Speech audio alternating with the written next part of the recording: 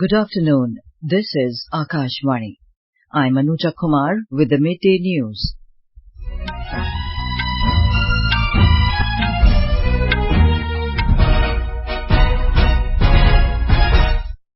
The headlines.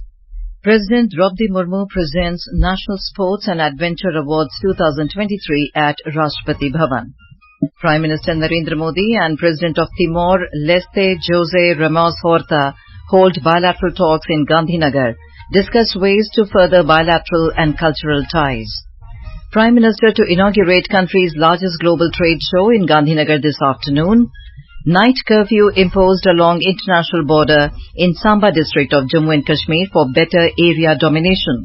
And US designates 10 nations, including China and Pakistan, as countries of particular concern for severe violations of religious freedom.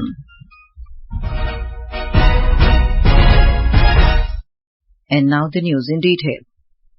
President Droupadi Murmu today presented the National Sports and Adventure Awards 2023 at a function in Rashtrapati Bhavan. Chess player R. Vaishali, archers Ojas Praveen Deotale and Aditi Gopichand Swami, kabaddi players Pavan Kumar, Ritu Negi and cricketer Mohammad Shami received the Arjuna Award. Shri Mohammed Shami ICC cricket विश्व cup में भारत के सबसे ज्यादा wicket लेने वाले गेंदबाज हैं। श्री मोहम्मद शामी को क्रिकेट में उनकी उत्कृष्ट उपलब्धियों को मान्यता प्रदान करते हुए वर्ष 2023 के लिए अर्जुन पुरस्कार प्रदान किया जाता है। Shri Mohammed Shami.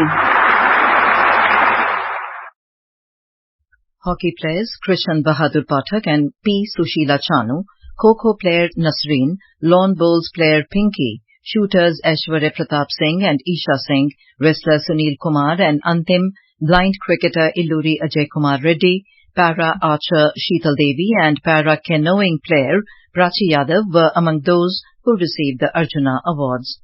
Dronacharya Awards were given to wrestling coach Lalit Kumar, chess coach R.B. Ramesh, para-athletics coach Mahavir Prasad Saini, hockey coach Shivendra Singh and others. Dhyan Chand Awards for Lifetime Achievement in Sports and Games were given to Manjusha Kanwar for badminton, Vineet Kumar Sharma for hockey and Kavita Selvaraj for kabaddi. During the function, Rashtriya Khel Protsahan Puraskar and Adventure Awards 2023 were also given.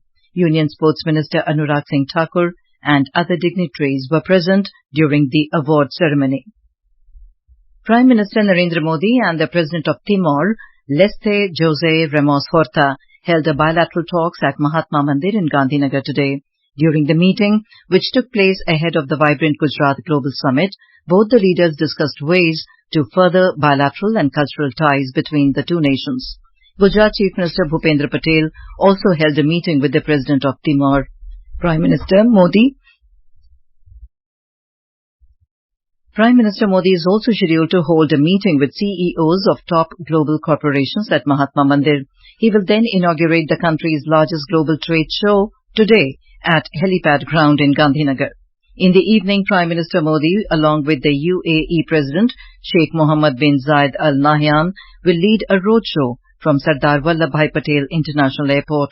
Tomorrow, the Prime Minister will inaugurate the 10th edition of the vibrant Gujarat Global Summit at Mahatma Mandir.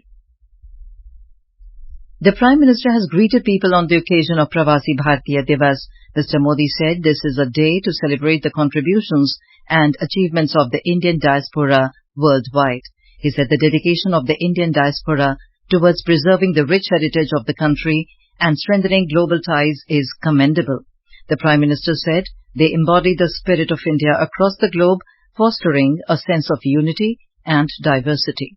External Affairs Minister Dr. S. Jaishankar and Information and Broadcasting Minister Anurag Singh Thakur have also greeted the Indian diaspora across the world on Pravasi Bharatiya Divas. Dr. Jaishankar said the nation takes immense pride in the achievements of the diaspora.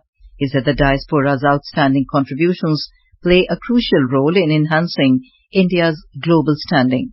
Mr. Thakur said that the Indian diaspora has played a huge role in the economic development and prosperity of the country. Prime Minister Narendra Modi has shared a devotional song sung by Hariharan on his social media post today.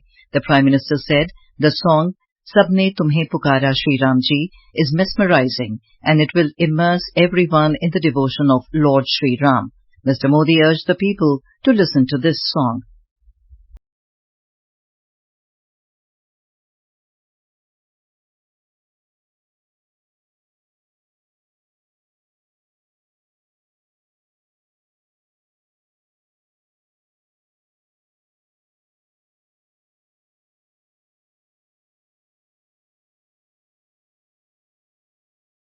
Governor of West Bengal, Dr. C.V. Anand Bose, will visit Gangasagar Mela tomorrow. He will perform puja at Kapil Muni Ashram Temple. Around 40 lakh pilgrims are expected to visit the Mela this year. Chief Minister Mamata Banerjee will exchange her views with the visitors of Gangasagar Mela at Outram Ghat in Kolkata and inaugurate a transit point this afternoon. This is Akashvani giving you the news. For quick news updates round the clock, follow us on our Twitter handle at AIR News Alerts. In Jammu and Kashmir, night curfew has been imposed along the international border in Samba district for better area domination by Border Security Force troops and to foil any nefarious activities close to the borderline.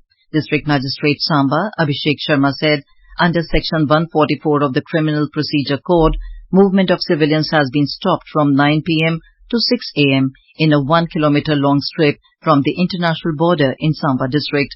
In case movement is necessary, the persons are required to produce their respective ID cards to BSF and police authorities. The order shall remain in force for a period of 2 months. The U.S. has designated 10 nations as countries of particular concern for having engaged in or tolerated particularly severe violations of religious freedom. U.S. Secretary of State Antony Blinken announced that China, North Korea, Pakistan, Cuba, Eritrea, Iran, Nicaragua, Russia, Saudi Arabia, Tajikistan, Turkmenistan and Myanmar are included in the list. Mr. Blinken has also designated Al-Shabaab, Boko Haram, Hayat Tahrir al-Sham, the Houthis, ISIS Sahel, ISIS West Africa, Al-Qaeda affiliate Jamaat Nasr al-Islam wal Muslimin and the Taliban as entities of particular concern. Mr. Blinken was delivering a press statement in which he stated that advancing the freedom of religion or belief has been a core objective of U.S. foreign policy ever since Congress passed and enacted the International Religious Freedom Act in 1998. Furthermore, Blinken has designated Algeria, Azerbaijan, the Central African Republic, Comoros, and Vietnam as special watch list countries for engaging in or tolerating severe violations of religious freedom. French Prime Minister Elisabeth Borne is set to step down after less than 2 years into her tenure. In a statement, French President Emmanuel Macron said that Ms. Borne had shown courage, commitment and determination during her time in office. Her resignation comes as President Macron is widely expected to reshuffle his top team ahead of the European elections due later this year. A statement from the Élysée Palace stated Ms. Borne will stay in her position until the new Prime Minister assumes the office. However, it is not yet known who will be her successor. Back home, Union Rural Development and Panchayati Raj Minister Giriraj Singh today stressed on women's empowerment to check the incidence of violence against them. Citing the data of the National Crime Records Bureau, he said the number of incidents of violence against women has come down in 2022 as compared to 2014, and awareness has played a key role in it. Mr. Singh was speaking through video conferencing at a workshop on the role of Panchayati Raj institutions in addressing gender-biased violence. In West Bengal, the Vikasit Bharat Sankalp Yatra continues to be a catalyst for positive change. The Yatra emphasizes the government's commitment to inclusive development and empowerment at the grassroots level. Here is a report from our correspondent. Viksit Bharat Sankalp Yatra has created a positive atmosphere in India. Citizens are being informed about various welfare schemes of central government. Modi সরকার আমাদের খুবই উপকার করছে Usha Hazra from Bankura district of West Bengal has told that PM Ujjwala scheme has made a transforming change in the lives of women of India. Earlier, women used to cook with firewood and other things. With the coming of Ujjwala gas, their life has been changed. Now, they don't have to inhale the smoke from firewood. Usha thanks PM Modi for various schemes for the welfare of the general public. Kalyan Laha, Akashvani, Kolkata.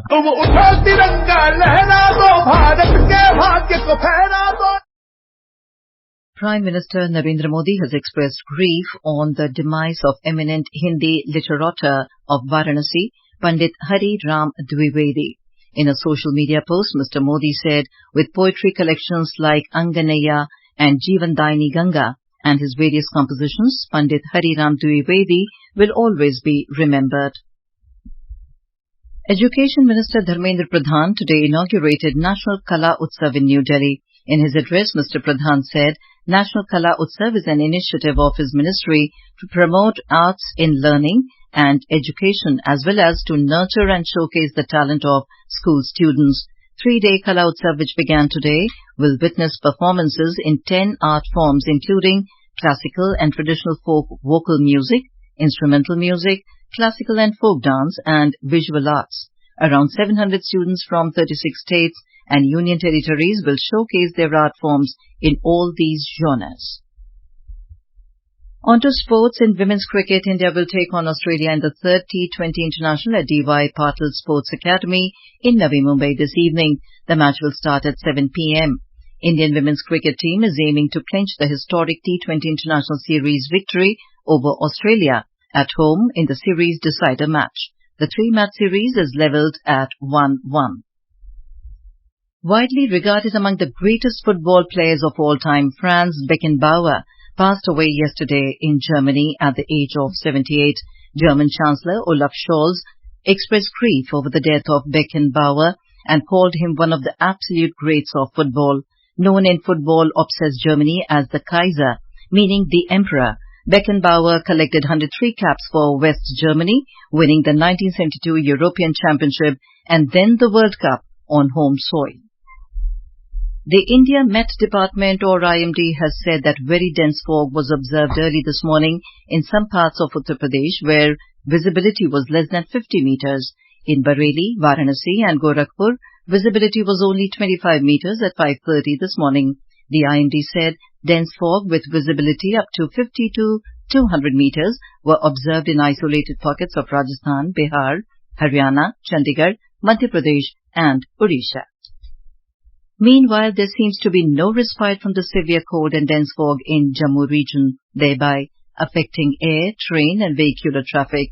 A Northern Railway spokesman said that at least 9 trains were affected and delayed at the Jammu Tawi railway station today due to dense fog and poor visibility in the northern region since last night. A thick blanket of fog continued to hit train services in the entire northern region of the country. Jammu region continues to be under the grip of severe cold since last few days. Key domestic equity indices rebounded sharply in the afternoon session today, led by buying action in IT stocks and auto major Bajaj Auto. The Sensex was 631 points up to trade at 71,987 and Nifty was 190 points higher to trade at 21,703 when reports last came in. A triathlon event of swimming, cycling and running marked the closing ceremony of the FIT Rise 75 program this morning at the Sardar Vallabhbhai Patel National Police Academy in Hyderabad. Formally flagging off the closing ceremony, Academy Director Amit Garg said the FIT Rise 75 has been taken up drawing inspiration from Prime Minister Narendra Modi's Fit India program of 2019. And now, before we end the bulletin, the headlines once again. President Droupadi Murmu presents National Sports and Adventure Awards 2023 at Rashtrapati Bhavan. Prime Minister Narendra Modi and President of Timor, Leste José Ramos-Horta, hold bilateral talks in Gandhinagar, discuss ways to further bilateral and cultural ties. Prime Minister to inaugurate country's largest global trade show in Gandhinagar this afternoon. Night curfew imposed along international border in Samba district of Jammu and Kashmir for better area domination. And US designates 10 nations including China and Pakistan as countries of particular concern for severe violations of religious freedom. And with that, we end the midday news.